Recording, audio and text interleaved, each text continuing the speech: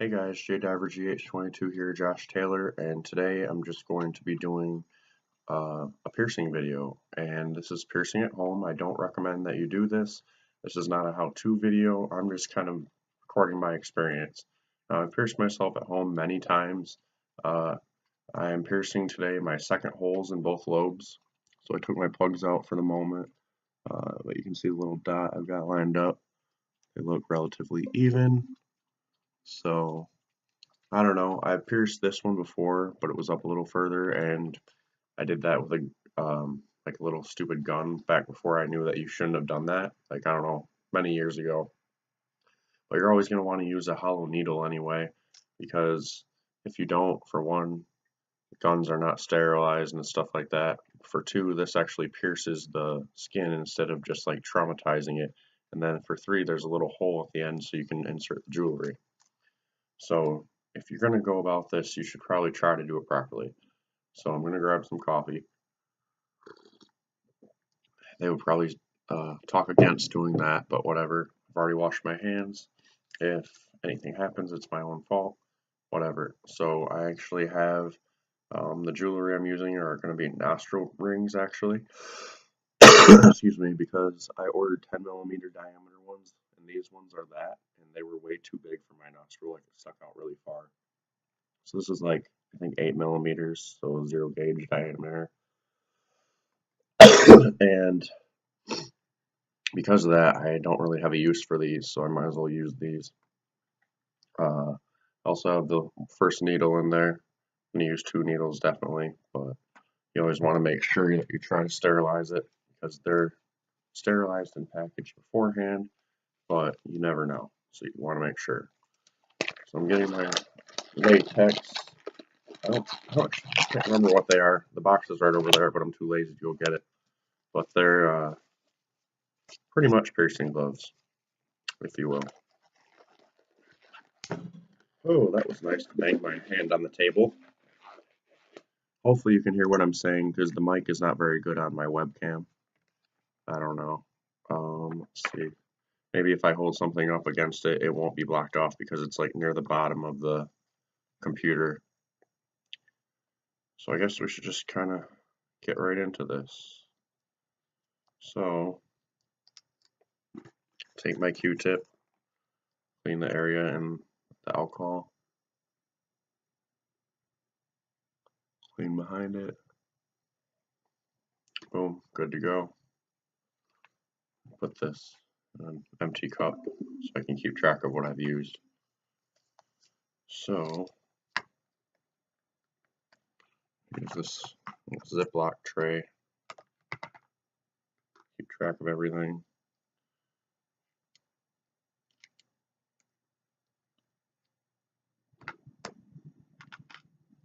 Alright, so far so good.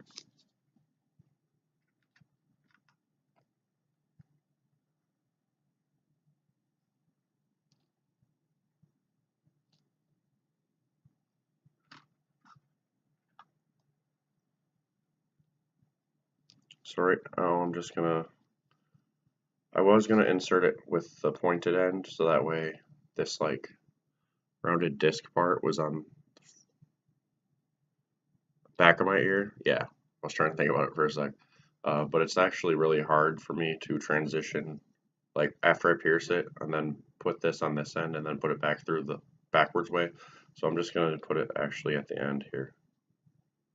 Now this is a 16 gauge needle.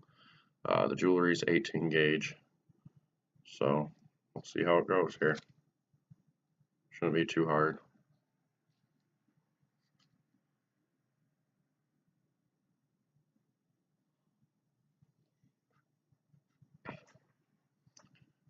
Should have gotten a better mirror.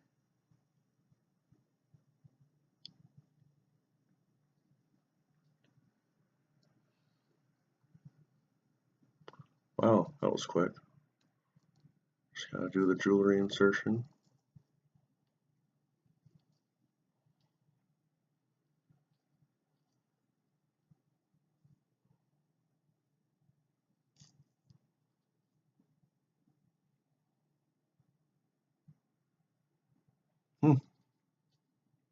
and boom, that was pretty easy. So it's going to bleed a little bit because the jewelry is smaller than the needle. So I'm going to put the needle in this package that I opened it from, so I'm done with it and it's not just going to be floating around. And then I'll put it in this for my used stuff. So now I'm going to open the second one,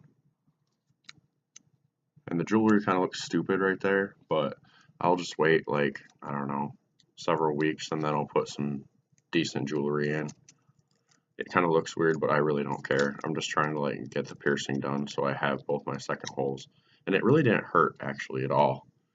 It was actually mostly through before I even realized what happened, because the lobes are a lot easier to pierce than like cartilage and stuff like that. So I have the needle, second needle going, sterilize it real quick.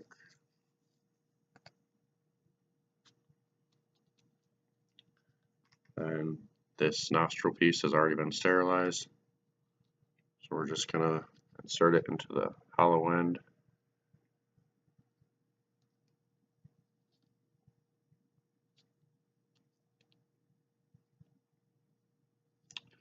There we go. So, round two. Oh, gotta re-sterilize.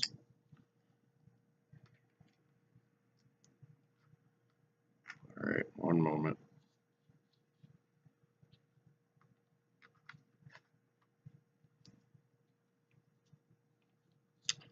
I don't want to have any music in this because I've been getting a lot of copyright infringements, and if I ever want it to be successful on YouTube, I can't really use copyrighted music, which kind of sucks because I love the music, but you know, is what it is.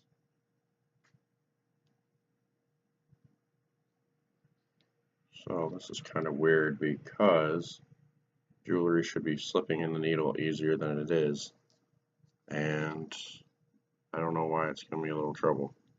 The other one was fine. Okay. Hopefully it'll stay this time. Go away, McAfee protection. Nobody uses virus protection with McAfee. Okay.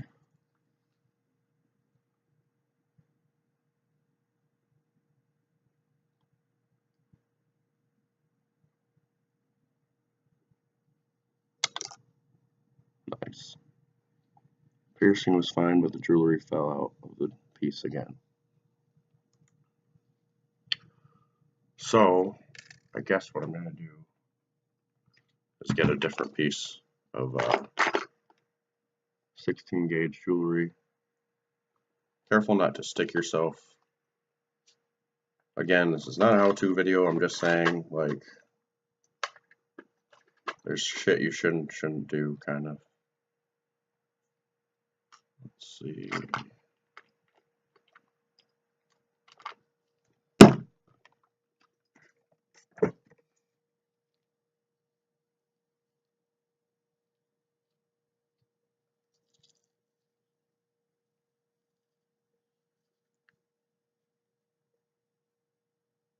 I'm going to go in the mirror for a second because I can't see this to line it up properly.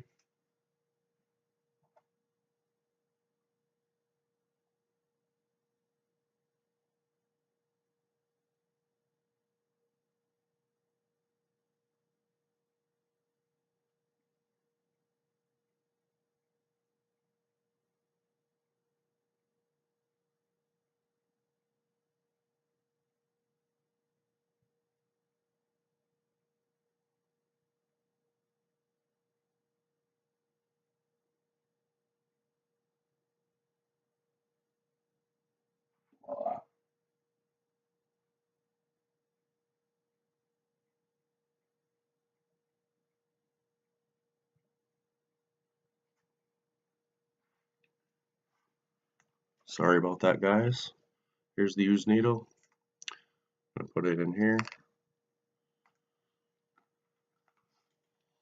It's funny, it actually went through my stretched here. I'm just going to flip it down. And we're done. That was pretty easy, actually. So this one's bleeding a bit more. And take tissue or Q-tip, wipe around. I actually forgot to get my water ready, like a cup of water just to rinse it off, because you don't want to actually use alcohol after you get a piercing, from what I've understood, because it actually, for some reason, can make the hole like heal and shrink up, so you don't want to do that. I'm just going to take a bit of water.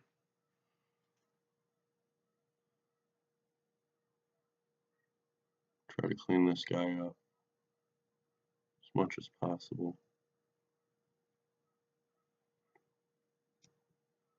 And again, a bit of bleeding is expected since the needle is a size bigger than the jewelry. But yeah, didn't go too badly if I do say so myself. So I've got a second hole now there, and a second hole here now. So I think they're pretty much good as far as lined up. It might not be perfect, but that's the best I could do for like as quickly as I did it, I guess. I don't know.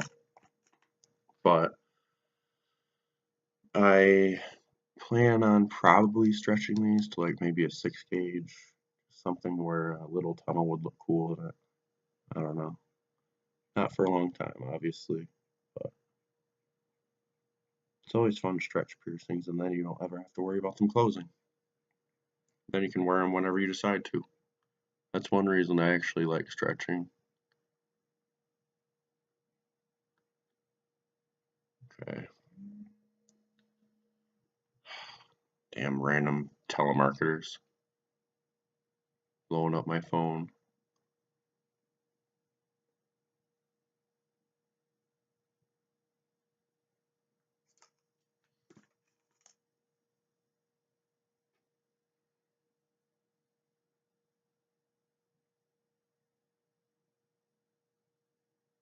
Probably also going to put an O-ring on the back so that way they just don't fall out.